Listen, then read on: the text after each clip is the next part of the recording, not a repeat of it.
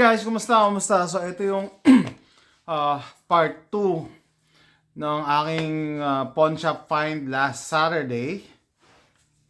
Ito siya, without further ado, hindi siya actually barrel, no? Air gun siya, air gun. Okay? So, bakit ko to pinick up? Nung tumitingin ako doon sa pawn shop, sabi ko, ano yung nasa gilid? Hindi nga naka-display to eh, nakatayo lang doon sa sulok. Sabi niya, oh, that's an air gun. Okay, pero most probably alam ko na kung anong klaseng air gun yan eh. Sabi ko, okay, let me see.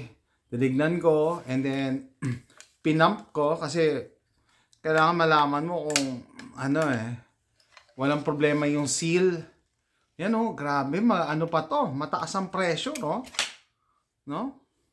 Masok tumakbo. So, and ano tayo? Empty. The chamber is empty.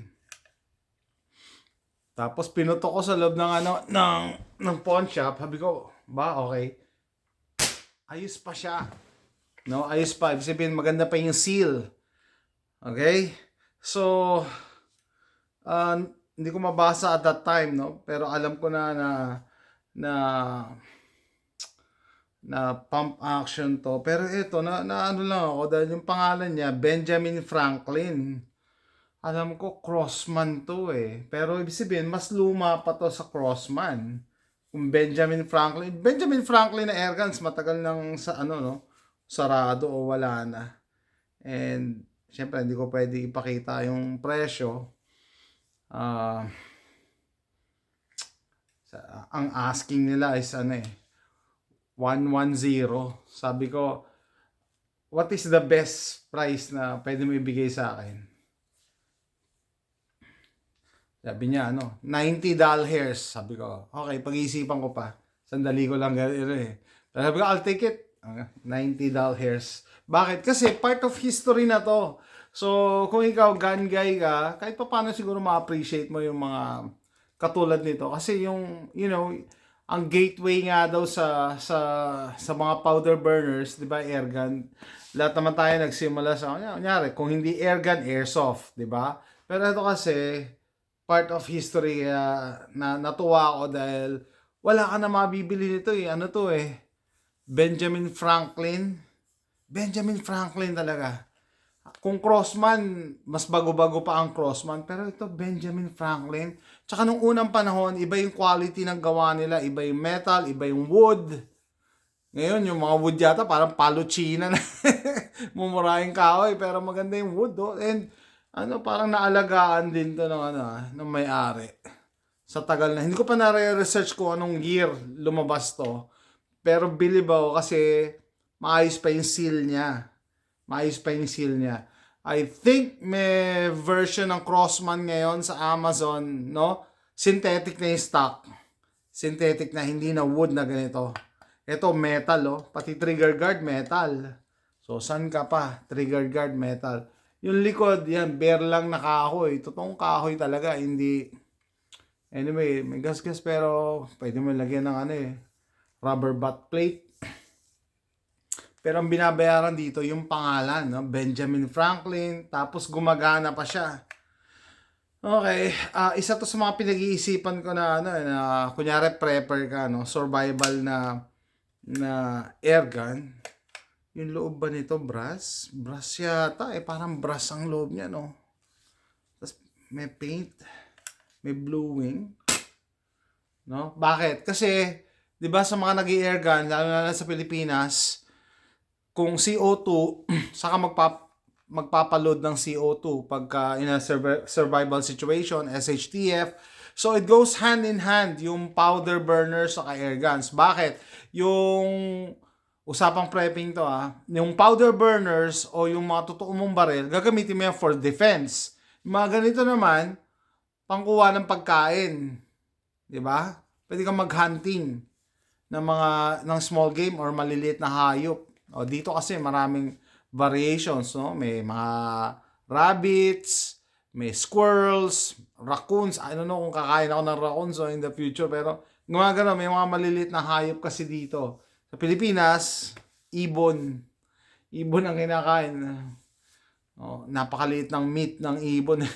Anyway, ang kailangan mo lang dito, pellets. Hindi mo na kailangan magpakarga ng mga CO2. Yung PCP naman, hindi mo na kailangan ng pump. Ito na lang. Bobombahin mo na lang. Natutuwa naman ako kasi, maano pa yung ano niya, yung pressure, oh. Maano pa. Sabihin, malakas pa yung pag-hold niya ng air. So sabihin niyo siguro, oy, ba't gano'n eh? Pag mag-hunting ka, maingay yan pag magpa-pump. Hindi, magpa-pump ka muna bago ka mag-hunt. No? Asan ba yung safety nito? I don't, meron ba? Parang wala akong nakikitang safety ah. Wala. Ayun, ito pala ang safety niya sa likod.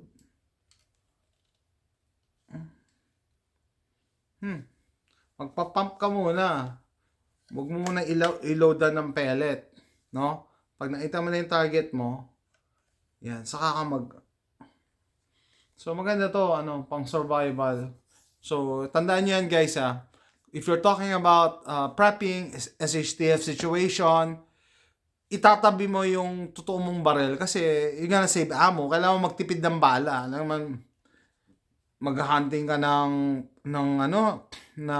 ibon or squirrel or rabbit, uubusin mo yung 22 LR mo. Wala ka na mabibilang 22 LR. Samantalang ito, bala lang, pellets.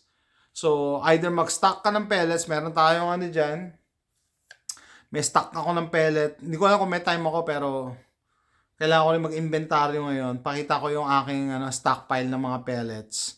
Or pag naubos ang pellet mo, pwede kang gumawa. Pwede kang gumawa ng bala. Lalagyan mo lang dyan na basta sukat, tatalsik yan. No? Panoorin nyo na lang mga ibang YouTube video. So, ang na-admire ko talaga yung yung quality tsaka workmanship nung unang panahon. Solid wood talaga at tsaka steel. Walang plastic sa baril na to. Sa airgun na to, walang plastic. Walang ka-plastic. Kahoy, no? Ganda pa yung condition ng kahoy at tsaka yung pressure niya mag-build. Pag nagpa-pump, matigas pa no? Ibig sabihin talagang solid pa yung internals nito. And ang hinahanap ko na lang yung Benjamin na pistol. May pistol nito May pistol nito, no? Yun na lang ang hinahanap ko. May masaya na ako sa airgun. No? Pero eto guys, dagdag sa airgun collection ko and syempre dagdag sa aking prepping arsenal, no? This will bring food on the table pag nagkaroon ng SHTF, pag sarado na ang groceries. Dito lang sa neighborhood namin may mga gumagalang squirrel diba? Mahirap i-hunt yan kung wala kang weapon or some sort. Hindi ka pwedeng gumamit din ng sobrang lakas na weapon kasi wala na matitira sa karne. Kaya dapat mga ganito lang. Yung mga tama lang, pero I really admire the workmanship, yung quality, steel and wood. Mga sinaunang gawa. Ngayon pag bibili ka nito, kung may makita ka plastic na ang plastic na tong stock. 'Di ba? Yan, ito yung Benjamin Franklin 22 caliber pa. Talagang perfect. Napaka-versatile ng 22 Pwede siyang pang-blinking, pwede pang-hunting. 177, pwede siguro, pero mas maganda yung knockdown power ng 22 caliber. If we're gonna talk about hunting. Tsaka malaking kamay ko Mas gusto ko na 22. Kasi pag 177, minsan ang liit, nahihirapan ako mag-shoot, mag-load. No? Ate. Yan Hula ko brass ang katawan nito Brass ang barrel nito Brass barrel to. Yan, nag-hold talaga siya ng pressure. Nakakatawa. Na-tsempohan ko lang nung Saturday na masama ang panahon at sabi ko, hindi masamang magtrabaho, lang. Uwi na lang ako, pero bago ako umuwi, dumaan ako doon sa pawn shop. Benjamin Franklin. Kasi mga sinaunang air guns. Benjamin Franklin, made in the USA. May serial number pa. No? Solid air gun. Ito yung air reservoir niya. Di dyan naiipon. Okay guys, mga ka-air gunners, laruang di hangin, pero vintage na. So kung nagustuhan nyo yung video na to, no, like, share, and subscribe. See you next time. Bye.